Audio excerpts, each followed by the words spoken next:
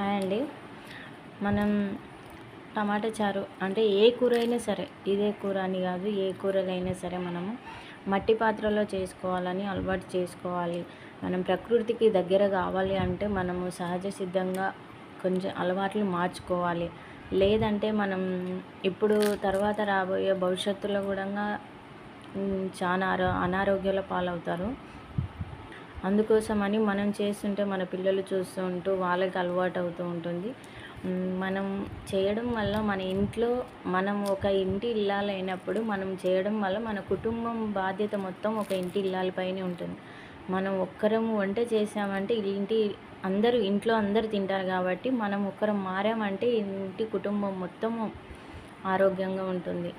అంటే మీకు అర్థమైందో లేదో నాకు వచ్చే భాషలో నేను చెప్పాను. మనం చేసేది ఖచ్చితంగా మనం చేతుల్లోనే ఉందండి.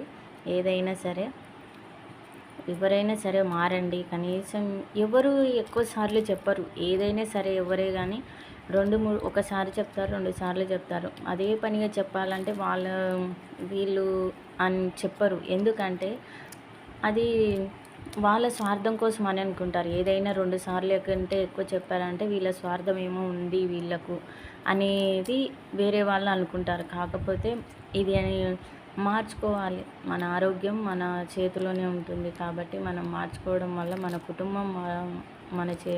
కుటుంబం ఆరోగ్యంగా ఉంటుంది. చూడండి, మనము ఎప్పుడైనా సరే మామూలుగా సిల్వర్ పాత్రలో చేసి మనం వంట అయిపోయిన తర్వాత బంద్ చేసామంటే మనకు ఇంకా అసలు అప్పుడే ఆరిపోతుంది, ఉడకడం కూడా ఆగిపోతుంది అప్పుడే.